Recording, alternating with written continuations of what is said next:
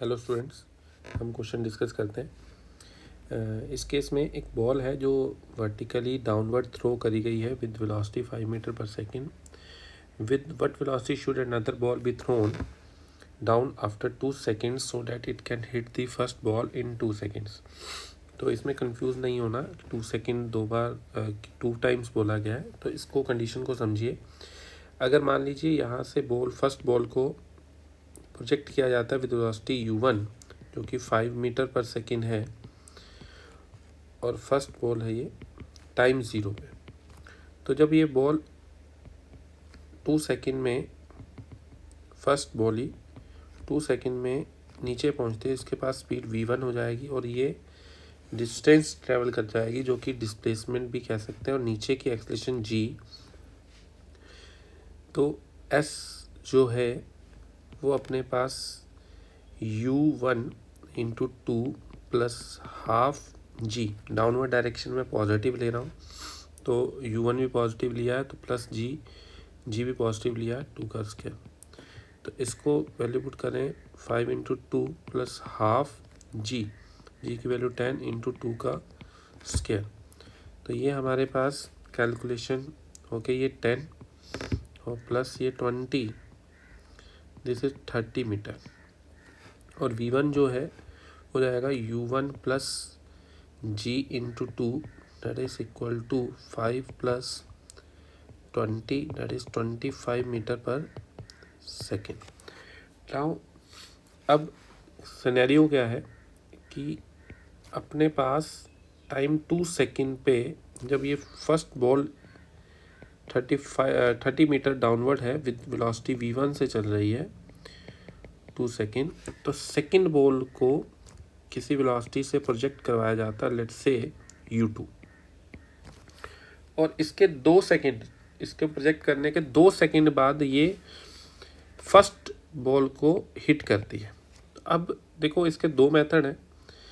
तो इसमें पहले तो ऐसा देखते हैं कि यहाँ पे लेट्स से कि ये बॉल यहाँ पे पहुँच जाती है जब फर्स्ट बॉल, तभी सेकेंड बॉल उसको हिट करती है।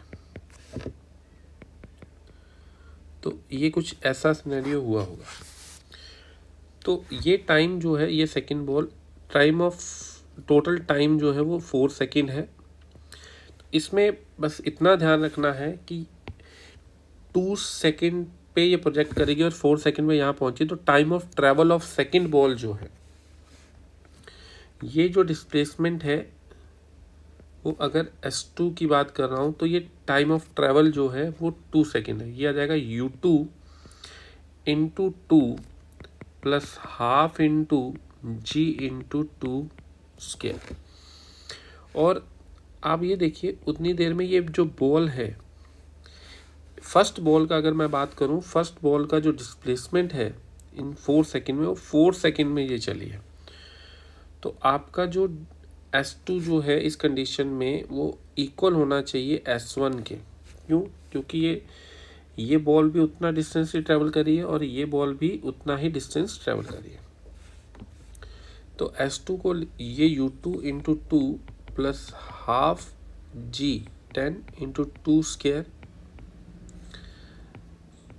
इक्वल टू होगा s1 के, जो कि टाइम 4 सेकेंड तक चली है u1 स्पीड से, into that is 4 plus half into 10 into 4 square. इसको कैलकुलेट करते हैं। हमारे पास ये 2u2 प्लस ये लिखा है 20 इज इक्वल टू 4u1 की वैल्यू है 5 प्लस हो जाएगा 5 इंटू 4 स्क्वायर। तो ये 20 और 20 कैंसिल आउट हो जाएगा, ये यहाँ से कैंसिल आउट होके ये आ जाएगा 4 इंटू 2। तो u2 अपने पास कैलकुलेट हो जाएगा that is 40 metre per second, जो कि ऑप्शन में है, ए ऑप्शन मैच कर जाएगी। इसका एक और मेथड भी है, अगर हम बात करें वो मेथड क्या है, देखिए वो मेथड है रिलेटिव मेथड। तो देखिए अगर जब सेकेंड बॉल को प्रोजेक्ट किया जा रहा है, ये सेकंड बॉल को जो प्रोजेक्ट किया जा रहा है विद u2 और फर्स्ट बॉल जो v1 से डाउनवर्ड जा रही है, उनके बीच का सेपरेशन जो है वो 30 मीटर है। अगर मैं बात करूं डिस्प्लेसमेंट ऑफ 2 विस्पेक्ट टू 1 वो 30 मीटर है, और दूसरा अगर वेलोसिटी ऑफ 2 विस्पेक्ट टू 1 देखूं तो वो हो जाएगा u2 माइनस u1, जो कि v1 काउंट होगा इस इंस्टेंट पे, जो कि यहाँ पे u2 कैलकुलेट करना है, माइनस ये हमने कैलकुलेट किया है दैट इज 25, और टाइम जो है इनको यहाँ पहुँचने में जो लगेगा रिलेटिव में हमने बात करी है विद रिस्पेक्ट टू 1 के रिस्पेक्ट में बात करेंगे तो 1 यहाँ पे रुक जाएगा, अपने आप को फील करेगा रुका हुआ। तो आप देखो एक्सेलेरेशन ऑफ 2 विस्पेक्ट टू 1 वो 0 होगी, क्योंकि एक्सेलेरेशन ऑफ 2 और एक्सेलेरेशन ऑफ 1 जो है वो g डाउनवर्ड ही है, ये आ जाएगी 0। तो सिमिलरली ये सिंपल सा सवाल हो गया कि displacement of 2 with respect to 1 is u of 1 with respect to 2 into time. ये टाइम जो है वो 2 सेकेंड है। क्यों? क्योंकि जो फर्स्ट बॉल सेकेंड बॉल को जब प्रोजेक्ट किया गया है तो उसके 2 सेकेंड बाद ही वो फर्स्ट बॉल को हिट करेगी, ये 2 सेकेंड हो गया। तो ये अपने पास u21 ये हमने कैलकुलेट किया था 30, तो ये अपने पास u21 जो था वो था u2 माइनस 25, ये आ जाएगा 2। तो इससे आप देखिए u2 जो है वो माइनस इक्वल टू आ जाएगा 25 प्लस 15 क्यों? क्योंकि ये कैंसिल आउट हो जाएगा 15 से, तो ये आ जाएगा 40 मीटर। होप कि आप दोनों मेथड समझे होंगे। ये मेथड 2 देखो कैलकुलेशन की बात है, कैलकुलेशन जो इजी करते हैं मेथड उसको हम अप्लाई कर सकते हैं, बट दोनों समझ आ जाए तो बेटर होता है। नेक्स्ट क्वेश्चन की तरफ मूव करते हैं हम लोग।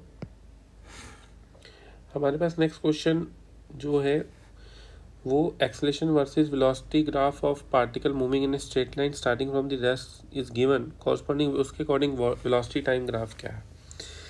देखिए यहाँ पे अगर हम इसको मेथड 1 से बात करें, मेथड 1 जो कैलकुलेटिव नहीं है ज़्यादा, बस अंडरस्टैंडिंग है। देखिए अगर इनिशियल वेलोसिटी 0 है और एक्सेलेरेशन जो है वो हमेशा पॉजिटिव है और वो स्पीड के साथ जो है वो कम होती जा रही है, तो लेट्स से कि एक्सेलेरेशन पहले इस तरफ है कुछ a0 टाइम 0 पे, तो हमेशा एक्सेलेरेशन तो इस तरफ ही है, तो स्पीड क्या है इंक्रीज होती जाएगी। ठीक है, एक इंस्टेंट आएगा जब एक्सेलेरेशन 0 हो जाएगी, एक्सेलेरेशन 0, तब स्पीड जो है वो v कांस्टेंट हो चुकी होगी v0, उसके बाद स्पीड बढ़नी बंद हो जाएगी। तो इसको मैं ऐसे कह सकता हूँ कि ऐसा कौन सा ग्राफ होगा जिसमें स्पीड पहले बढ़ रही है फिर कांस्टेंट हो रही है, वो दोनों ये 2 ऑप्शन है। बट प्रॉब्लम क्या है, यहाँ पे ये कहा गया है कि ये स्ट्रेट लाइन को फॉलो कर रही है। Straight line velocity time graph straight line तभी होता है जब एक्सेलेरेशन कांस्टेंट बनती है, तो एक्सेलेरेशन तो कांस्टेंट यहाँ पे नहीं है, वेरिएबल है, तो इसलिए ये ग्राफ तो नहीं बनेगा। ऑप्शन एलिमिनेशन से देखें तो यही ऑप्शन डी मैच करेगी। अब इसको प्रॉपर प्रोसीड करते हैं मेथड 2 से। अब देखिए आपको एक्सेलेरेशन स्पीड वेलोसिटी का ग्राफ ड्रॉ करना है, तो एक्सेलेरेशन वेलोसिटी का ग्राफ दे रखा है, आपको इसकी इक्वेशन लिखनी है, तो आप इसको देख सकते हैं acceleration is alpha minus beta we. यहाँ पे अल्फा एंड बीटा मैं अज्यूम कर रहा हूँ पॉजिटिव कॉन्स्टेंट्स हैं। क्यों? क्योंकि ये ग्राफ ऐसा है कि जिसका वाई इंटरसेप्ट पॉजिटिव है और स्लोप नेगेटिव है, तो ये वाई इंटरसेप्ट हो गया, ये स्लोप हो गया, नेगेटिव साइन आगे लगा दिया तो नेगेटिव स्लोप। इससे आप डी बाई डी टी के लिख सकते हैं एक्सेलेरेशन को, that is alpha minus beta V. तो ये D V upon alpha minus beta V equal to D T, इसको अगर इंटीग्रेट करें तो इसकी इंटीग्रेशन आपको पता होगी ln alpha minus beta we upon minus beta, limit put कर देते हैं, टाइम 0 पे स्पीड 0 थी, टाइम t पे स्पीड v, तो 0 v इज इक्वल टू ये हो जाएगा t, तो ये ln alpha minus beta v minus ln alpha, ये माइनस बीटा उधर चला जाएगा माइनस बीटा t, तो इसको लिख सकते हैं ln alpha minus beta v by alpha is equal to minus beta T. इसको लिख सकते हैं 1 minus beta v by alpha is equal to E raise to पर माइनस बीटा टी। तो v यहाँ से कैलकुलेट हो जाएगा alpha by beta into 1 minus E raise to minus alpha sorry beta T. तो ये आपके पास एक एक्सपोनेंशियल रिलेशन बन रहा है स्पीड का टाइम के साथ, तो वो मैच कर जाएगा डी ऑप्शन के साथ, क्योंकि टाइम इन्फिनिटी जब होगा, टाइम ज़ीरो पे स्पीड ज़ीरो है, टाइम इन्फिनिटी पे स्पीड अल्फ़ा बाय बीटा है जो कि कांस्टेंट है, इसलिए ये ग्राफ इस तरह से प्रोसीड करेगा, बाद में कांस्टेंट होता जा रहा है। ठीक है, थैंक यू। नेक्स्ट क्वेश्चन की तरफ मूव करते हैं।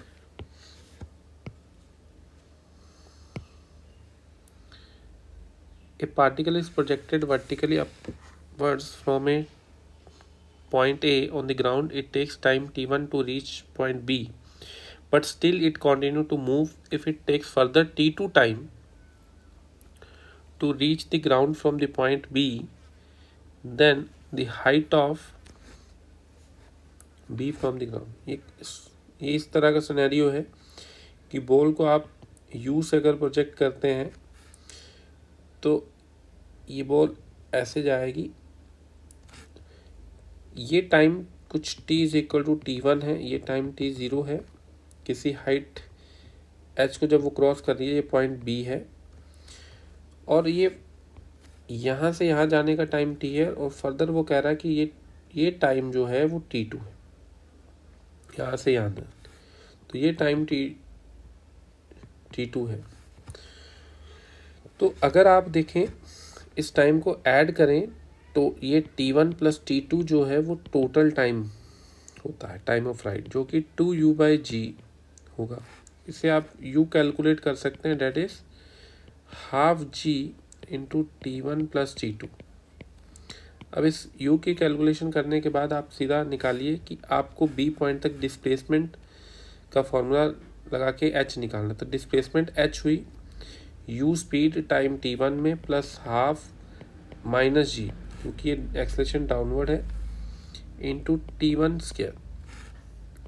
वैल्यू पुट कर दीजिए, ये आ जाएगा half g t1 plus t2 into t1 minus half g t1 square. इसको कैलकुलेट जब करेंगे तो आपके पास आंसर आ जाएगा हाफ जी t1 t2, जो कि ऑप्शन 4 मैच कर जाएगा।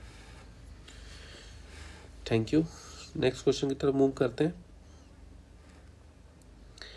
A ball are thrown vertically upward in such a way that the next ball is thrown when previous one is at maximum height. If the maximum height is this, the number of balls thrown per minute will be. देखिए यहाँ पे एक let's say कि first ball को किसी speed u से project किया जाता है, तो जब ये फर्स्ट बॉल किसी मैक्सिमम हाइट पे पहुंच जाती है अपनी, फर्स्ट बॉल जो कि हाइट 5 है, तो आप इससे u निकाल सकते हैं। तो ये अपने पास u square by 2g, maximum height जो है वो 5 है, इससे आपके पास u का कैलकुलेशन हो जाएगा √2g इंटू 5, जो कि √2 into 10 into 5, that become 10 metre per second. और तब सेकेंड बॉल को प्रोजेक्ट किया जाता है सेम स्पीड से। ठीक है, तो आप ये देखिए फर्स्ट बॉल का जो टाइम है to reach at top, time for each ball to reach at top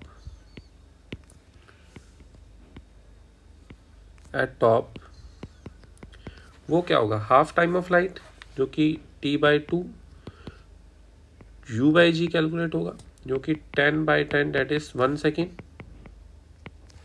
इसको 1/6 मिनट्स बोल सकते हैं। अब आप ये देखिए इस क्वेश्चन में जब बॉल फर्स्ट अपने टॉप पे है तब सेकंड बॉल प्रोजेक्ट की जा रही है, तो time gap between projection of two balls is 1/60 minutes. तो 1/60 मिनट है, तो इसको हम कह सकते हैं हर बॉल को प्रोजेक्ट करने का टाइम जो है 1/60 मिनट गैप है, और कितनी बॉल्स प्रोजेक्ट करी जा रही होंगी 1 मिनट में। तो आपके पास अगर 1/60 मिनट में 1 बॉल प्रोजेक्ट करी जा रही है, तो 1 मिनट में कितनी बॉल प्रोजेक्ट करी जा रही होंगी? 1/1/60 minute ball into 1 minute, that is 60 balls. ये मैंने आपको यूनिटरी मेथड से बताया है, सिंपल भी कर सकते थे आप। हर एक बॉल ये 1/60 मतलब 1/60 एक बॉल को प्रोजेक्ट करने का समय बाय 60 कर रहे हैं, तो 1 मिनट में कितनी हो रही होगी।